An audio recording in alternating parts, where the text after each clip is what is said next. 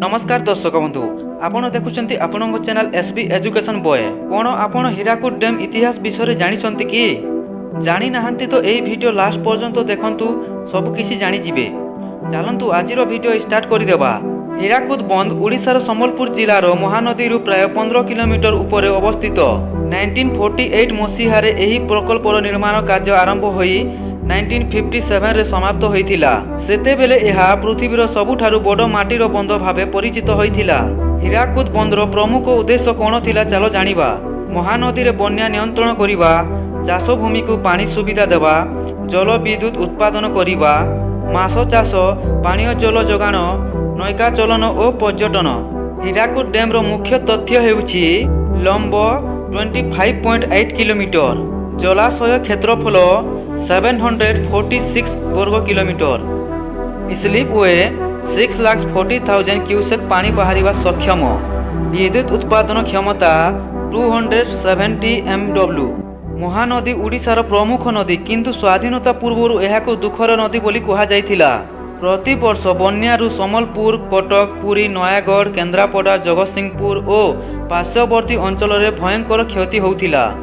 उदाहरण हेउछि 1892, 1917, 1937, 1939 और 1943 मसीहारे बन्यारू 1000 लोक जीवन हराइथिले। 1937 रो बन्यारे 1500 रु अधिक लोक मृत्युवरण कले और 25,000 घर भासीगला। 1943 रे बन्या सहित महामारी कलेरा महामारी मध्य आसी 1 लाख लोक प्रभावित हेले।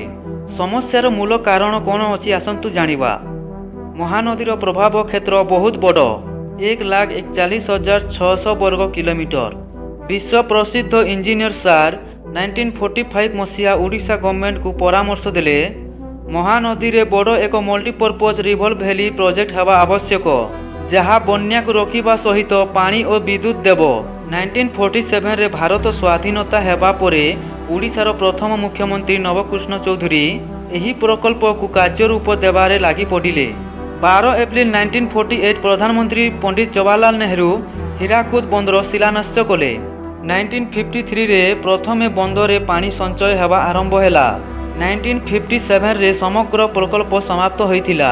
निर्माणर विशेषता 3000 रु अधिक कामगार, 200 इंजीनियर काम करिथिले। सेतेबेले Asia largest man made lake भावरे हीराकुद रिजर्वयर परिचित हैला। हीराकुद डैम विद्युत उत्पादन व्यवस्था केमिति अछि आसंतु जानिबा।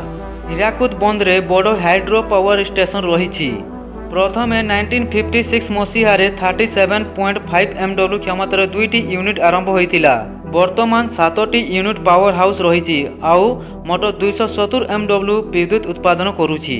लाभ हेउछि ओडिशा, झारखंड और छत्तीसगढ़ को विद्युत जोगाण करुछि। ओडिशार शिल्प क्षेत्र राउरकेला स्टील प्लांट नाल्को बेदान को साहाय्य करुछि। हीराकुद बंद पूर्व ओडिशा रे 25 लाख एकर प्राय 6.1 लाख हेक्टर जमी को सिंचाई सुविधा देछि। Left canal Sambalpur, Bargarh, Balangir, Sonepur, Boudh, Nayagarh. Right canal Cuttack, Puri, Khordha, Jagatsinghpur, Kendrapara. परिणाम ओडिशा को धान भंडार करिछि। ड्राई सीजन रे डबल क्रॉपिंग संभाव अछि। हीराकुद बंदरे 150 प्लस पुरातन ग्राम जलसाय तले गला। संबलपुर, बरगढ़, झारसुगुड़ा और सोनपुर 26,000 परिवार पुनर्वासित हेले। 50,000 प्लस हेक्टर जमी जलाशय रे बुड़ी गला। संबलपुर पदमपुर, सुभालया, रामपुर, बांजीपाली परी ग्राम गुड़ी को पूरा रिलोकेशन करागला। प्रभाव स्थानांतरित लोकंकु प्राय 15 किलोमीटर दूर रे नुआ स्थान रे पुनर्वासित करागला। ओडिशा गवर्नमेंट कम्पेनसेशन देइथिले किंतु अनेक लोक दीर्घ दिन जाय स्थिर जीविका मिलाई पारिलेनी। हीराकुद बंद महानदी फ्लड कंट्रोल सिस्टम रो मुख्य अंश। स्लिप वे गेट 64,000 क्यूसेक्स कैपेसिटी द्वारा बन्या पानी रिलीज करा जाए। वीडियो भलो लागिथिले लाइक, शेयर एंड सब्सक्राइब करि देबे प्लीज।